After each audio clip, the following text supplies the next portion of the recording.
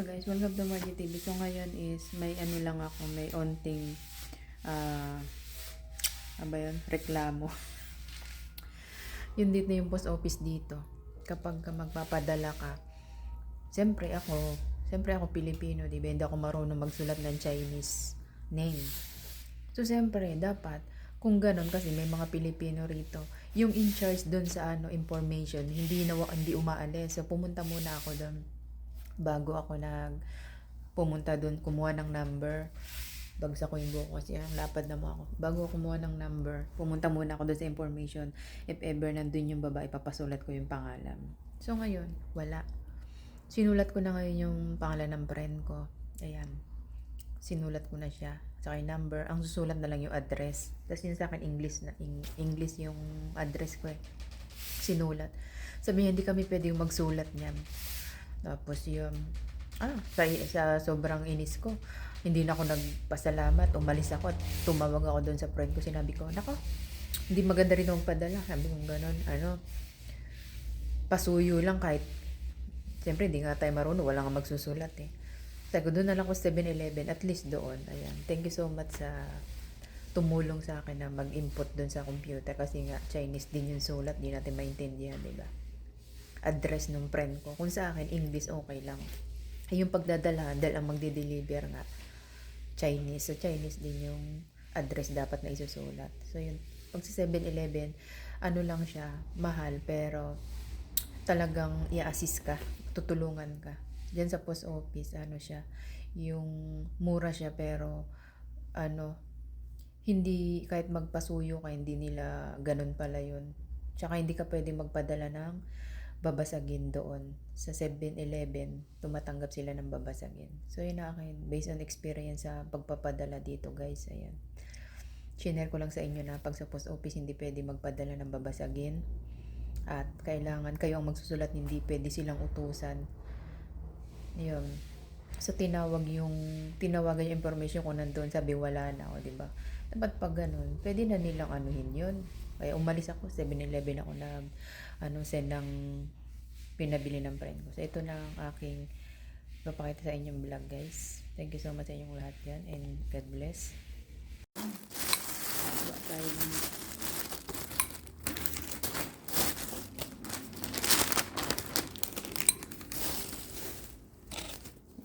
DIY.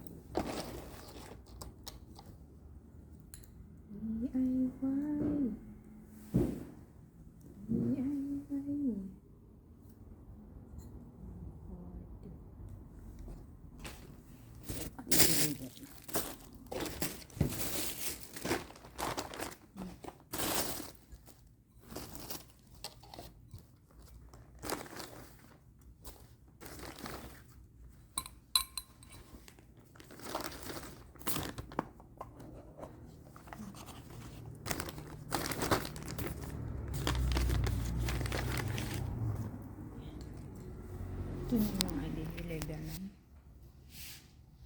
Ayan. Ito yung sa box.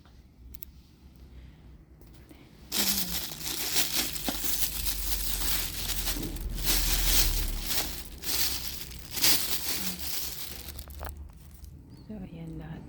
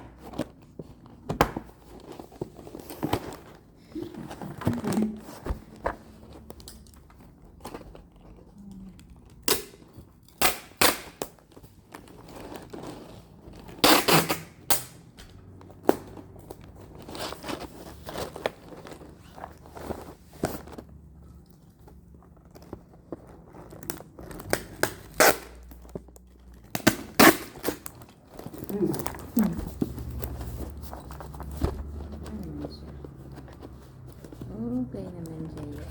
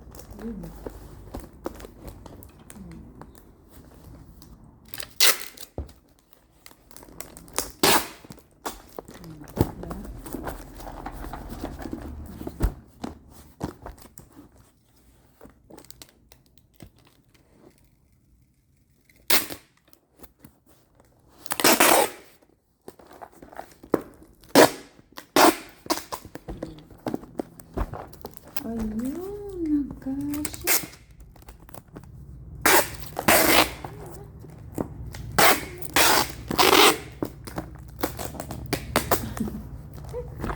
Yan na yan. Ay, baya. Ay, baya.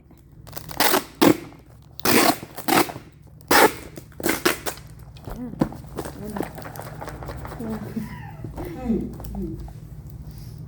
Relax.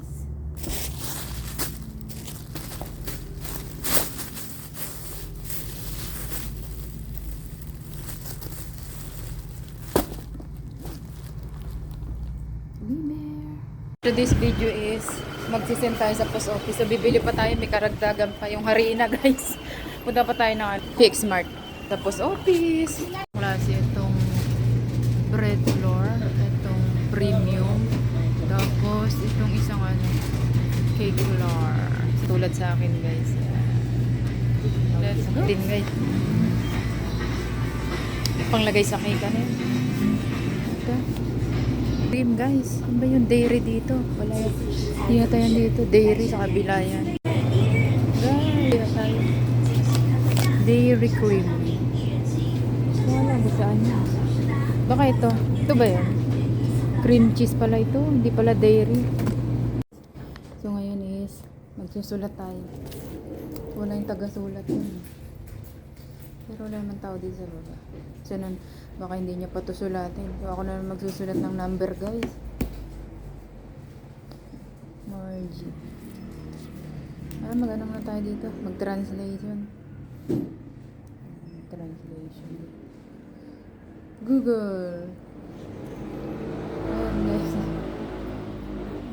Ano kayong translate na ito nilagay dito? Kunwari ito is address, name. Address. Ano to? Petition. Magpadala. Ano ba? Magpadala. Address. Ito yung hala, hindi ko alam kung paano dito eh. Punta na tayo dito.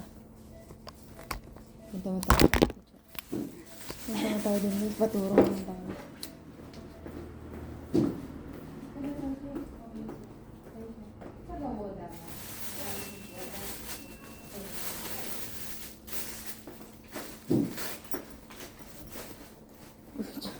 Wala yung mag-ano sa akin.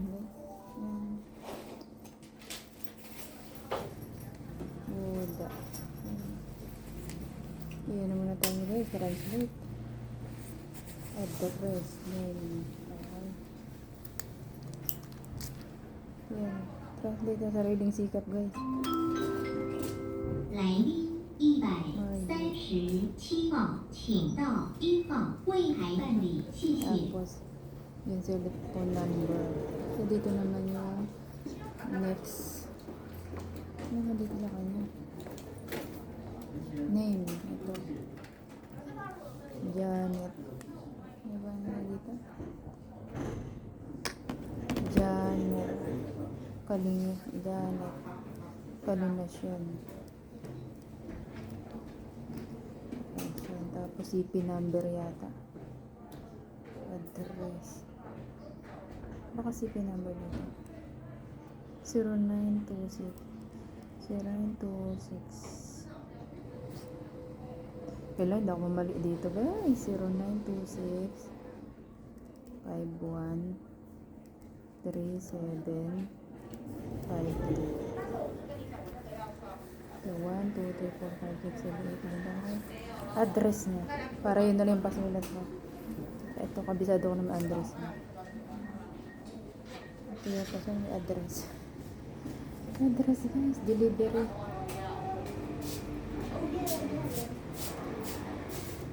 Google. 来138号，请到4号柜台办理，谢谢。 Address ko. 79 address. Number 79 Daping Street. Daping Street. Yang may 来139号，请到1号柜台 yung 办理， address na lang ng 谢谢。 friend ko yan.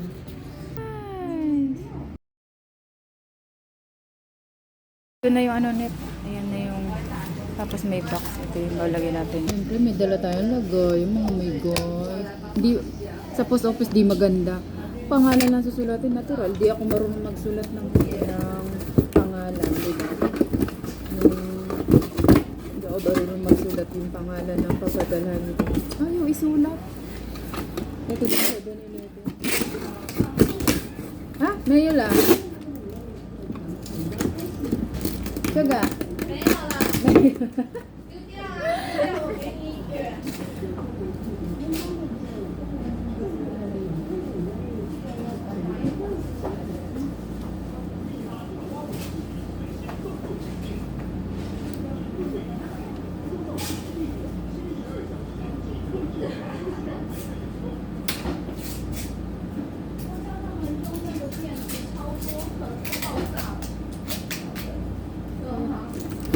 Naubusan na.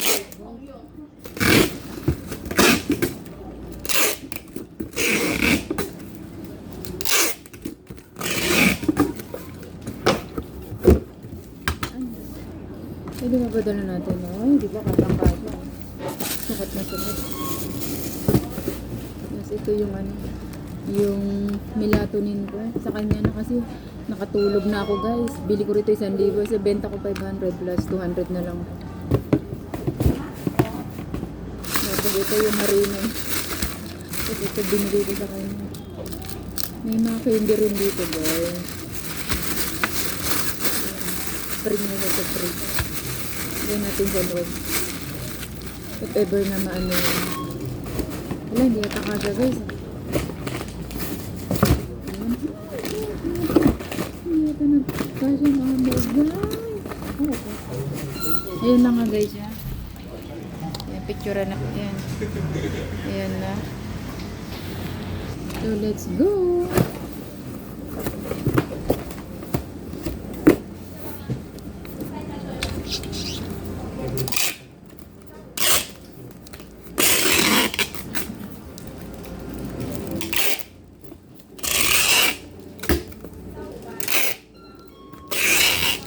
So, ano din? Ako pa? Hindi na sa ano.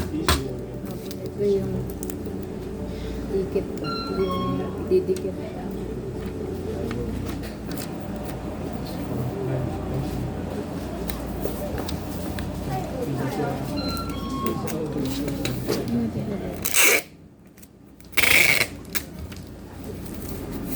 nabuksan.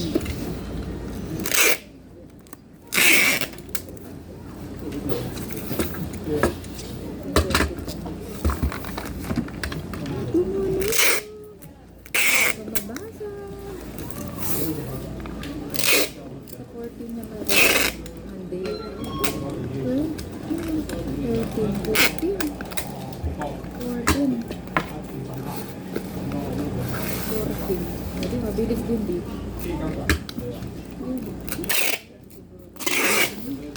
Ang dami na ginamit.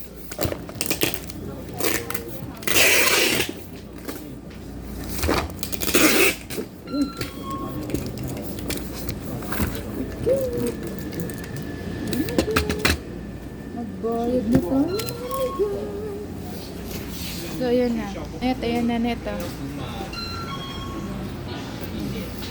O, diba? Hindi ko nang sinangan dyan.